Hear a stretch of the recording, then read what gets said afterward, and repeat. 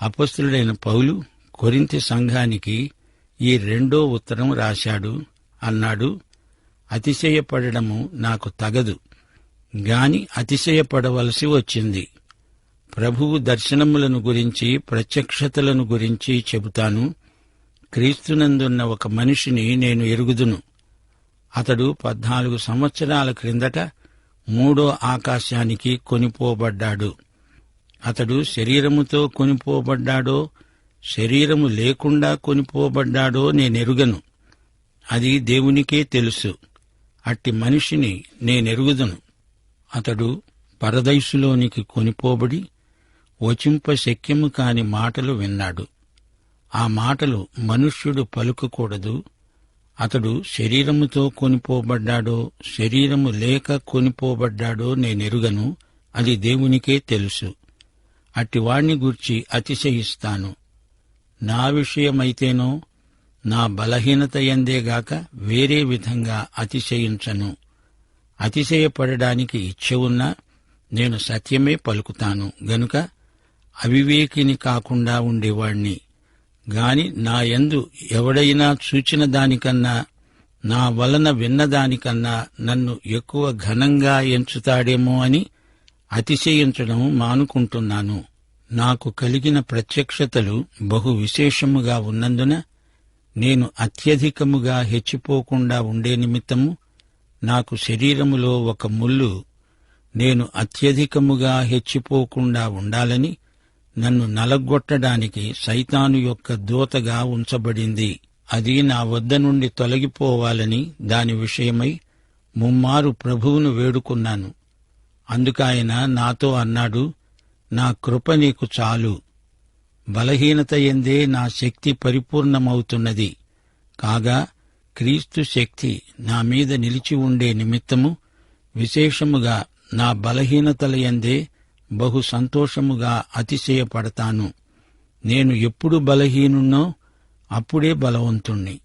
గనుక క్రీస్తు నిమిత్తము నాకు కలిగిన బలహీనతల్లో, నిందలలో, ఇబ్బందులలో, హింసలలో, ఉపద్రవములలో నేను సంతోషిస్తున్నాను. శ్రోతలు వింటున్నారా? పౌలు యొక్క అపొస్తలత్వమును గురించిన దర్శనములు ఎంతో గంభీరమైనవి, అర్థవంతమైనవి. ఈ రోజుల్లో అంతరిక్షయాత్రను గురించి అందరూ చెప్పుకుంటున్నారు. చంద్రమండలానికి వ్యోమగాములు వెడుతున్నారు.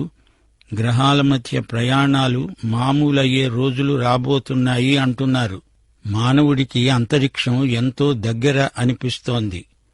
బైబిలులో 3 వ్యక్తులు అంతరిక్షానికి ఇంకా పైగా వెళ్లిన వారున్నారు. కొత్త నిబంధనలోని వారే ఈ 3. పాత నిబంధనలోని హనోకు, ఏలియాల మాటేమిటి? వారు పైకి 3వ ఆకాశానికి ఎక్కిపోయిన వారు కారు. యోహాను సువార్త 3వ అధ్యాయం 13వ వచనంలో ప్రభు అన్నాడు, పరలోకము నుండి దిగివచ్చిన వాడే, అనగా పరలోకములో ఉండే మనుష్య కుమారుడు తప్ప పరలోకమునకు ఎక్కిపోయిన వాడు ఎవడూ లేడు. ఏలియా ఎత్తబడ్డాడు అంటారా? పైన 3 ఆకాశాలున్నాయి. పక్షులు మొదటి ఆకాశం వరకు ఎగురుతాయి. 2వ ఆకాశంలో నక్షత్రాలున్నాయి. 3వ ఆకాశంలో దేవుడు సింహాసనాసీనుడై ఉన్నాడు. ఏలియా నక్షత్రాకాశం అంతరిక్షానికి ఎత్తబడ్డాడు. అది ఏలియా ప్రత్యేకత. అయితే మనుష్య కుమారుడైన యేసు పరలోకం నుండి దిగివచ్చాడు. కొత్త నిబంధనలో మరో 2 వ్యక్తులెవరు? వీరు అక్కడికి వెళ్లారు, తిరిగి వచ్చారు. పత్మసులో ఉన్న యోహాను పరలోకానికి ఎత్తబడ్డాడు. ప్రకటన గ్రంథంలో తాను పరలోకంలో ఏమి చూచింది, విన్నది యోహాను రాశాడు. అక్కడ దేవుని సింహాసనాన్ని యోహాను చూచాడు. ప్రకటన గ్రంథం 4వ అధ్యాయం 1-2 వచనాలు. అదిగో, పరలోకమందు ఒక తలుపు తెరువబడి ఉన్నది. నేను మొదట విన్న స్వరము బూరధ్వని వలె నాతో మాట్లాడగా నేను విన్నాను. ఆ మాటలాడిన వాడు అన్నాడు, ఇక్కడికి ఎక్కిరా, ఇక మీదట జరగవలసిన వాటిని నేను నీకు కనపరుస్తాను. వెంటనే నేను ఆత్మవశుణ్ణి అయిపోయాను. అదుగో, పరలోకమందు ఒక సింహాసనము వేయబడి ఉన్నది. సింహాసనమందు ఒకడు, అనగా యేసుక్రీస్తు ఆసీనుడై ఉన్నాడు. అలాగే అపొస్తలుడైన పౌలు కూడా పరలోకానికి, మూడో ఆకాశానికి ఎత్తబడ్డాడు. ఈ వృత్తాంతమే 2 కొరింథీ 12వ అధ్యాయంలో రాయబడి ఉంది. 3 పేర్కొనబడ్డారు: యేసుక్రీస్తు, యోహాను, పౌలు. ఈ 3 పరలోకాన్ని గురించి మనకు ఎంతైనా చెప్పగలరు. యేసు ప్రభు అవతరించిన దేవుడు, శరీరము ధరించిన దేవుడు. ఆయన అందరికంటే పరలోకాన్ని గురించి ఎక్కువ చెప్పగలడు, చెప్పాడు. కాని అంతా చెప్పలేదు. యోహాను ఇంకా తక్కువే చెప్పాడు. పౌలైతే అసలేమీ చెప్పలేదు. చెప్పిన ఈ 4 మాటలైనా తన అపొస్తలత్వాన్ని ధృవీకరించడానికి చెప్పవలసి వచ్చింది. తాను మధ్యాకాశానికి కొనిపోబడినట్లు చెబుతున్నాడు. ఇది ఆయన స్వానుభవం. క్రీస్తు కోసం తాను అనుభవించిన శ్రమలను గురించి, హింసలను గురించి వివరంగా చెప్పాడు. అందులో అతిశయించాల్సిందేముంది? పౌలు అనుభవించిన కష్టాల జాబితా చదివిన మీదట ఏ భక్తుడు నేను పౌలులాగా లేక పౌలు కంటే ఎక్కువగా శ్రమలు అనుభవించాను అని చెప్పజాలడు. అందుకే ప్రభువు వాటిని రాయించాడేమో. యేసునాథ, నీకు ఇత్తు నా సమస్తము అంటూ కిరాయి గాయకులు కూడా పాటలు పాడతారు. పాటల్లో అబద్ధాలు చెబుతారు. యేసు మన కోసమై శిలువ శ్రమలు అనుభవించాడు. ఆ వెలుగులో చూస్తే నీ శ్రమలు, నా శ్రమలు ఏపాటివి? పౌలు శ్రమలను చూస్తే మనం అంత శ్రమలు అనుభవించగలమా అనిపిస్తుంది గదూ. అయినా పౌలు మనలాంటివాడే. మనమంతా యేసు ప్రభువును మహిమపరచవలసిన వారమంతే. మనమిచ్చే రక్షణ సాక్ష్యంలో యేసు ప్రభువు పాత్ర ఎంత అనేది మనం గమనించాలి. మనం ఆయనకు సాక్షులం. నేను పాపిని, ఘోర పాపిని, అది చేశాను, ఇది చేశాను, నేను అనే మాట ఎక్కువ వినబడాల్సిన అవసరమే లేదు. యేసుక్రీస్తు ఏం చేశాడు, ఆయన నీకేమై ఉన్నాడు అనేది అసలైన సాక్ష్యం. కొందరి సాక్ష్యాలు వింటుంటే యేసు ప్రభు కాదు, వీరికి తమ స్వంత అనుభవాలే గొప్ప అనిపిస్తుంది. పౌలు మరో సందర్భంలో అన్నాడు, ఇంకా జీవించేవాణ్ణి నేను కాదు, క్రీస్తే నాయందు జీవిస్తున్నాడు. పౌలు తన దర్శనాలను గురించి ప్రస్తావిస్తున్నాడు. దమస్కు మార్గంలో పౌలుకు యేసుక్రీస్తు సాక్షాత్కారం కలిగింది. ఇప్పుడిది మరో దర్శనం. మన వ్యోమగాములు 2వ ఆకాశం వరకే వెళ్లగలరు. 3వ ఆకాశం దేవునిది. ఈ పత్రిక రాయడానికి ముందు 14 సంవత్సరాల క్రిందట ఇది జరిగింది. అది పౌలు చేసిన మొదటి సువార్త యాత్ర సమయం. లుస్త్రలో జరిగిన సంఘటన. అపొస్తల కార్యములు 14వ అధ్యాయం 19, 20 వచనాలలో ఈ వృత్తాంతం రాయబడి ఉంది. అంతియొకయ్య నుండి, ఈకొనియ నుండి యూదులు వచ్చి జనసమూహములను తమ పక్షముగా చేసుకొని పౌలు మీద రాళ్లు రువ్వి అతడు చనిపోయాడనుకొని పట్టణము వెలుపలికి అతణ్ణి ఈడ్చిపారేశారు. అయితే శిష్యులు అతని చుట్టూ నిలిచి ఉండగా అతడు లేచి పట్టణంలో ప్రవేశించి మరునాడు బర్నబాతో కూడా దెర్బేకు బయలుదేరి వెళ్లాడు. పౌలు అప్పుడు చనిపోయాడా అంటే అతని ప్రాణం పోయిందని నిర్ధారణ అయింది గనుకే అతణ్ణి వదిలారు. ఇది దర్శనమో లేక అది అప్పటికప్పుడు జరిగిన సంఘటనో పౌలుకు స్ఫురణ లేదు. తన అనుభవాన్ని పౌలు ఇక్కడ రాస్తున్నాడు. పౌలు చనిపోయాడు, తిరిగి లేచాడు. పౌలు 3వ ఆకాశానికి ఎత్తబడ్డాడు. కాని అక్కడ పౌలు తానేమి చూచింది, ఏమి విన్నది చెప్పకూడదని ప్రభువు ఆజ్ఞ. ఇందులో పౌలు విషయంలో స్వాతిశయమేమీ లేదు. పరలోకానికి ఎక్కిపోయి మానవ మాతృలు వినకూడని సంగతులు విన్నవాడు, చూచినవాడు, దమస్కులో ప్రాణాలు గుప్పిట్లో పెట్టుకొని గంపలో దాక్కొని గోడ దాటి పారిపోయిన పౌలే. పౌలు శరీరంలో ముళ్ళు ఉంది చూడండి. తన బలహీనతలు చెబుతాడు గాని పరలోకంలో ఏమి చూచాడో అది చెప్పడేమిటి? ప్రభువు చెప్పవద్దు అన్నాడు. పౌలు శరీరంలో ముళ్ళు సైతాను దూత. ఆ ముళ్ళు ఏమిటో పౌలు చెప్పలేదు, మనకు తెలియదు. ఇంత గొప్ప దర్శనం నాకు ఉంది అని రెచ్చిపోకుండా పౌలు శరీరంలో ముల్లు ఉండనిచ్చాడు దేవుడు. ముల్లు తీసివేయమని 3 సార్లు ప్రార్థించినా దేవుడు తీసివేయలేదు. దేవుడు ప్రార్థనలు వినలేదని కాదు, ముల్లు తీసివేయను అని జవాబిచ్చాడు దేవుడు. నా కృప నీకు చాలు, ముల్లుతోనే నీవు జీవించాలి అన్నాడు దేవుడు. ముల్లును భరించడానికి, సహించడానికి చాలిన కృప నీకిస్తాను, అది నీకు చాలు అన్నాడు ప్రభు. నీ బలహీనతలోనే నా బలము పరిపూర్ణమవుతుంది అని దేవుడు పౌలుకు ఉపదేశించాడు. బలహీనుడైన పౌలును దేవుడు బలపరుస్తాడు. ఈ విధంగా క్రీస్తు శక్తి పౌలు మీద ఎడతెగకుండా నిలిచి ఉంటుంది. దేవుని ముందు పౌలు హృదయ స్పందన ఇది. నాకు దర్శనముంది అని కాదు, నా బలహీనత ఎంత ఎక్కువో అదే నిష్పత్తిలో దేవుని శక్తి వెల్లడి అవుతుంది. ఇదే పౌలు అతిశయం. తన దర్శనాలను గురించి స్వాతిశయంగా మాట్లాడేవాడు పౌలు మాట విని నోరు మూసుకోవాలి. నా దర్శనం గొప్ప దర్శనం అంటూ స్వోత్కర్షలు పలికే వారిది అసలు దర్శనమవునో కాదో అనుమానాస్పదమే. పాత నిబంధనలోని సంసోనుకు పౌలుకు ఎంత వ్యత్యాసం! దేవుని ఆత్మ సంసోను మీదికి రాగా అతడు బలాఢ్యుడయ్యాడు. అతని శారీరక బలాధిక్యాన్ని చూచి అందరూ ఆశ్చర్యపోయారు. అయితే ఒకరోజు సంసోను ఎంతో బలహీనుడయ్యాడు. బలవంతులు బలహీనులవుతారు, బలహీనులు మహాబలాఢ్యులవుతారు. దేవుడు బలహీనులను వాడుకుంటాడు అంటే ఇదే. 11వ వచనం నుండి, నేను అవివేకినయ్యాను, మీరే నన్ను బలవంతం చేశారు. నేను మీ చేత మెప్పు పొందాల్సిన వాణ్ణి, ఏలయనగా నేను ఏమాత్రపు వాణ్ణి కాకపోయినా మిక్కిలి శ్రేష్ఠులైన ఈ అపొస్తలుల కంటే నేను ఏ విషయములోనూ తక్కువ వాణ్ణి కాను. సూచక క్రియలు, అద్భుతాలు, మహత్కార్యాలు చేయటం వల్ల అపొస్తలుల యొక్క చిహ్నములు పూర్ణమైన ఓరిమితో మీ మధ్యను నిజముగా కనపరచబడ్డాయి.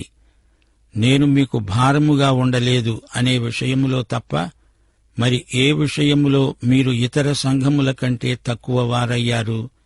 నేను చేసిన ఈ అన్యాయమును క్షమించండి. ఇదిగో, ఈ 3వ మీ వద్దకు రావడానికి సిద్ధంగా ఉన్నాను. వచ్చినప్పుడు మీకు భారముగా ఉండను. మీ సొత్తును కాదు, మిమ్ములనే కోరుతున్నాను.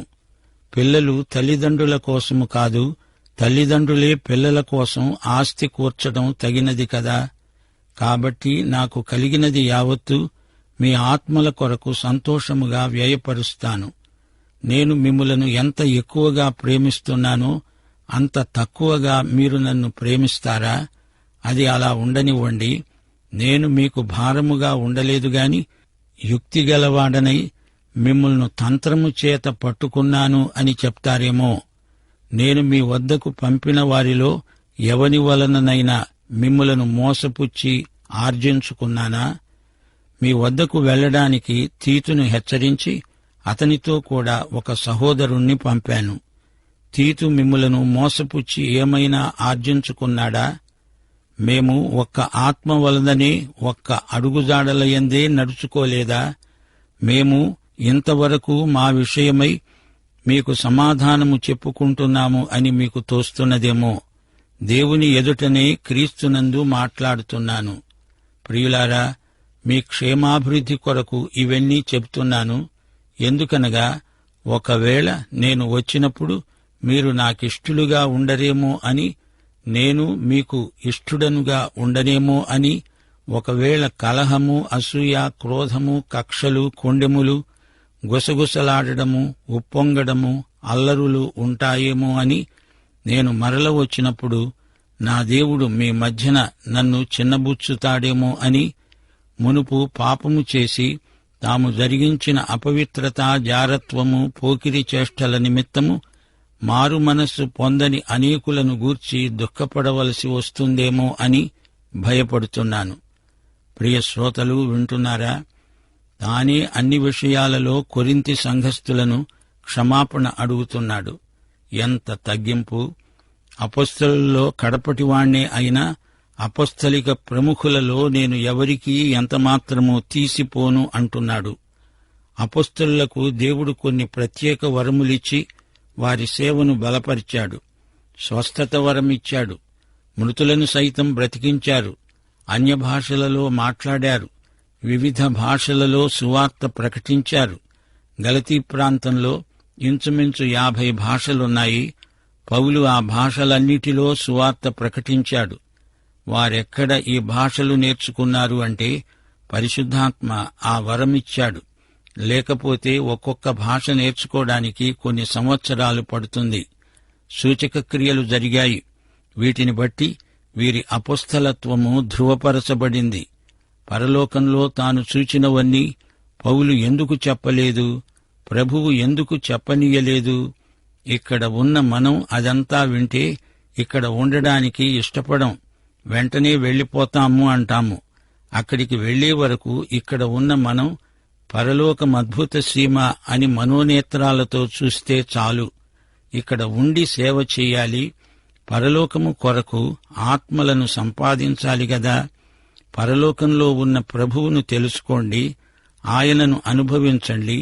ప్రస్తుతానికి అది చాలు. పైనున్న వాటిని వెదకండి అని వెంటనే క్రీస్తు అక్కడ తండ్రి కుడిపార్శ్వమున ఉన్నాడు అని కొలసీ పత్రిక 3వ అధ్యాయంలో పౌలు చెప్పాడు. ఆయన యందు లక్ష్యముంచండి. పౌలు కొరింథీ సంఘబిడ్డలకు ఆధ్యాత్మిక తండ్రి. వారినందరినీ క్రీస్తు వద్దకు నడిపించాడు. అక్కడ సంఘం స్థాపించినవాడు పౌలే.